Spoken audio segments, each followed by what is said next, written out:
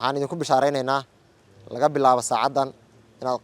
ciidan qaran ah tihiin oo askarigiina dhintana uu xuquuq leeyahay waalidkiis laga warhaynayo ehelkiis laga warhaynayo carruurtiis laga warhaynayo mushaarka adigu aad qaadanayso automatically haddii taadii noqoto ay ugu wareegaysaa xaaskaaga iyo carruurtaada iyo ilmahaaga ay ugu wareegayso oo aysan dayacmayn oo haddii aad dhaawacanta dhaawacaaga laga warhaynayo haddii dalka wax lagaa qaban waayo dibadda lagu qaadayo haddii aad darajo mudan tahay darajo lagu siinayo haddii aad daryeel kale mudan tahay daryeel lagu siinayo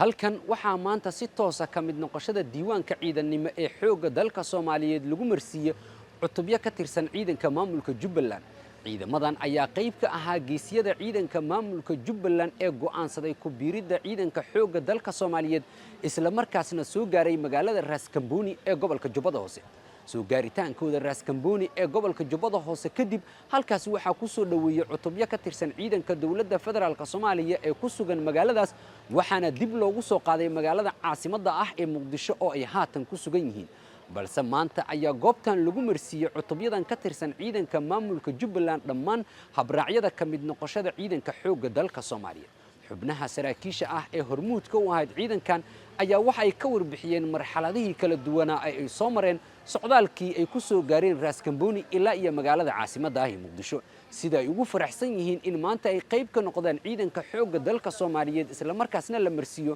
dhammaan habraacyada ka mid noqoshada ciidanka xoogga dalka Soomaaliyeed.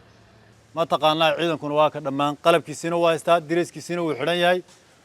ما تقانا أي قابته وحقون عيدن كيسينو بوها عيدن كيسينو بون لا صار قري عيدن كيسينو صار راعي مقال مدح يبو إماضي ما تقانا مقال مدح لنا سيلا يحدا لو جسود ويا عيدن كا هدنا واحد ما تقانا لو لسينا يا وما تقانا إن لسينا يا ما تقانا درجوين كي حقوق الدولة كلهين إلا ما تقانا درجوين كي تصرية توصية تود حبا ما تقانا إن لسين هيا حقوق أن دولة كلهين وين فربنا نجم مقنعت وما تقنا أنه دمنا دعوة عنه واحد ما تقنا رفضنا نجم مقنعت بان هذا أنه دمنا دعوة عنه قبل دي وطن كيوده تشوفنا وطن الصومالية تشوفنا أنا هذا هلين حقوق نجم مقنعت ما هلينا سيد رادت عيدا كما تقنا وحل السي ما تقنا درجوين هي ما تقنا ما حنقول هاي مشارات كيسية حقوق الدولة الفدرال كلها ما تقنا لو دمستري أنا قا عيدا كي maamul goboleedka Jubbaland ka yimiday haddana yimiday Muqdisho waxaan ka hawlgali jiray anagu macnaha taqaanaa dawlad goboleedka Jubbaland ayaan khawariista cadawga ayaan la dagaalami jiray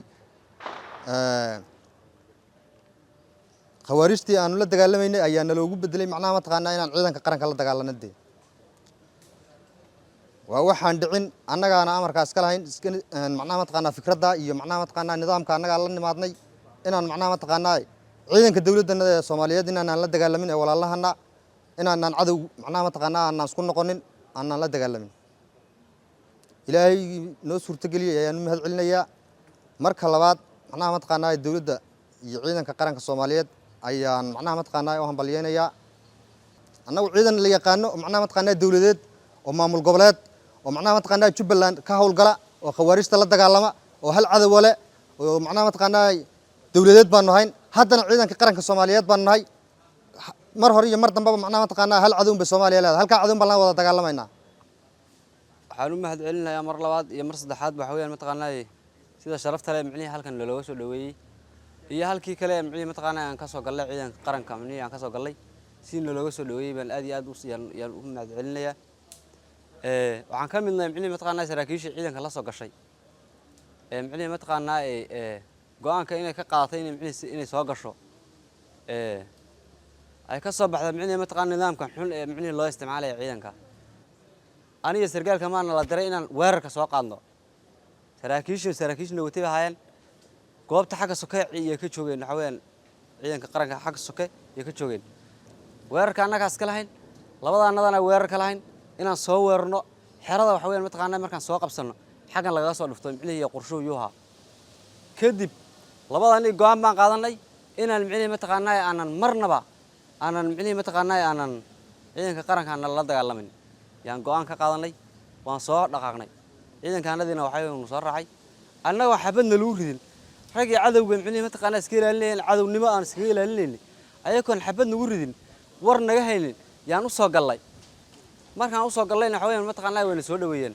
qoryihiina waxa weeyaan waan u dhignay kadib waxa weeyaan waxaa dhacday inay dhahaan qoryihiina qaata qoryihiina haysta qadanaagan nala gala isku cadow baana nahay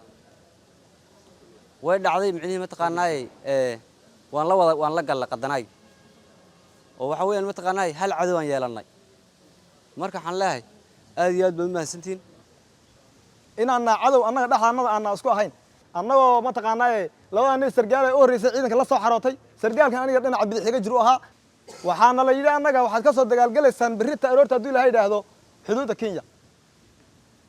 annaga doomaha markaan mataqaanaa la soo galaynay doomaha waxaanu damacnay tabinkooda ayaga inaan ka soo xaroonay laakiin ciidankaan ka baqnay annagoo reporting laga hayn inaan mataqaanaa inaan mataqaanaa ciidanka labada ciidan isku dhacaan baanu ka baqnay markaanu halkii ka degnay go'aan waxaanu labada qaadanay oo intaan meel mataqaanaa ku tashanay baa go'aan waxaan ku soo qaadanay annagoo markii horeba geedka go'an noo ahayd inaanna la dagaalan ciidanka xoogga dalka Soomaaliyeed iyo ciidan Soomaaliyeed toona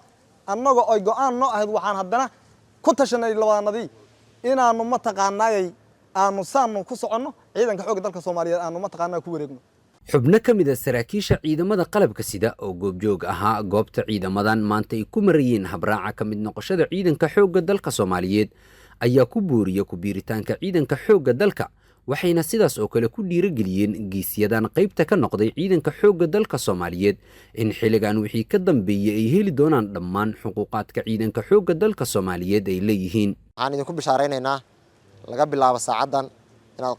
ciidan qaran ah tihiin oo askarigiina dhintana uu xuquuq leeyahay waalidkiis laga warhaynayo ehelkiis laga warhaynayo carruurtiis laga warhaynayo mushaarka adigu aad qaadanayso automatically haddii taadii noqoto ay ugu wareegaysaa xaaskaaga iyo carruurtaada iyo ilmahaaga ay ugu wareegayso oo aysan dayacmayn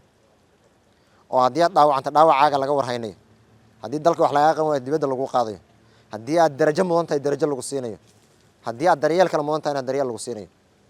waxaan ka baxaynaa marxaladii hore aan ku jirnay duruufaha iyo dawladnimada ka fogaa ee caqabada aad ku shaqaynaysa inaad ogeydeen waxaan u gudbaynaa qarannimo iyo dawladnimo iyo ma garanaysaa inaan wax la qaybsano ciidamadeena qaranka Soomaaliyeed cid duulaan lagu yahay oo deegaana maanta ma cid baa weli idin kala hadasho iyo deegaanka ka timaadeen baan ku duulaynaa annagaba dadka ayagii iyo dadkii aad ka timaadeen shalay u shaqaynayseen waxaan rabnaa in shaatigii aad qabteen in la idin qarameeyo oo si dawladnimo aan ugu shaqeyno laakiin duulaanna kuma nihin deegaankii dadka ayageena duulaan kuma nihin tan iyo ciidamo ka tirsan ciidanka xoogga dalka Soomaaliyeed sida ay u gaareen deegaanada maamulka Jubbaland waxaa kordhaya tirada ciidanka maamulka Jubbaland ee ku biiraya ciidanka xoogga dalka Soomaaliyeed saaka aroornimadii hore ayay ahayd kadib markii cutubyo ka tirsan ciidanka maamulka Jubbaland lagu soo dhaweeyay magaalada Raaskambooni ee gobolka Jubbada Hoose kuwaas oo doortay inay ku biiraan isla markaasna qayb ka noqdaan ciidanka dawladda federaalka Soomaaliya Sakariya Qaasim Bagax warbaahinta qaranka magaalada caasimadda ah ee Muqdisho